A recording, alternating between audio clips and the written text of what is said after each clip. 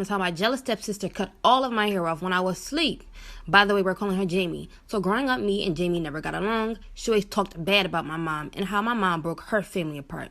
She always had a problem with me, but I'd ignore her. Jamie was very insecure too. She always compared how we looked and would always say I was spoiled. And she only said that because last Christmas I received way more presents than her, but that was because my dad got me those presents. One day we got in an argument over cheese curls. She was upset because I took the last of it and she pushed me and knocked all the cheese curls on the floor. My mom came in the kitchen asking what happened. I told her what Jamie did. So my mom gripped her up by the neck and told her to go into her room and think about what she has done to me. Jamie stayed in her room all day. She never came back out to apologize.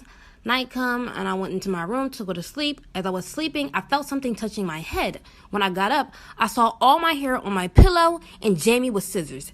If y'all want to know what I did after that, let me know down below in the comments. This is part 2 of how my jealous stepsister cut all of my hair off when I was asleep. So after I woke up out of my sleep, I saw all my hair on my pillow and Jamie with scissors. I've never screamed so loud in my life.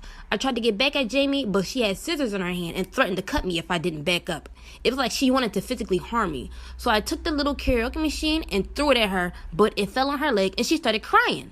I was confused because the karaoke machine wasn't even that heavy. Jamie's dad walked into the room asking what happened, and Jamie said that I threw the karaoke machine at her. And my stepdad yelled at me asking, "Why would you do that?" and then asked me what happened to my hair. I pointed at Jamie and said, "Jamie cut all of my hair off." My stepdad looked at me like I was crazy and picked up Jamie and took her to the bathroom.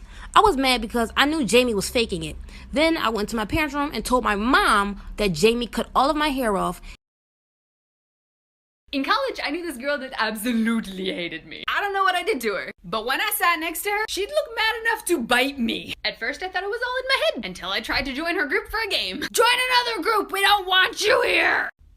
Well, dang. And fam, that was when I realized the power I had. With a single greeting, I could ruin her day. And from then on, I became the friendliest person in class. Then I started greeting her outside of class.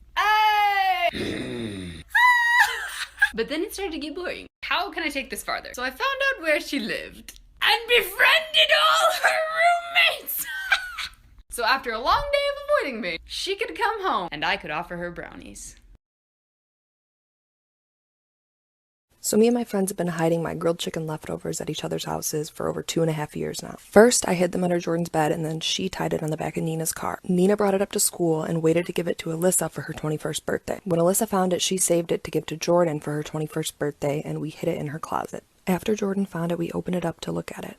Then we immediately put it in Marissa's car and she found it when she got home the next morning. 9 months later, I found it on my car and eventually gave it back to Marissa. Then Nina got it for her birthday and we celebrated 1 year of having the chicken. And somehow Nina found it on our car and gave it to Alyssa for April Fool's Day. Then she mailed it to Jordan's apartment. I found it on my car and gave it to Nina the night before we left for LA. Then at Jordan's little sister's grad party, we had the caterers bring it and surprise her with it. A few months later, we burned the original box and put it in a new bag and had a little photo shoot for the chicken's 2nd birthday. Then Alyssa got it for her birthday again. Most recently, we snuck it under Jordan's tree for her to open Christmas Day with her family, which, by the look on his face, her dad totally seemed to love.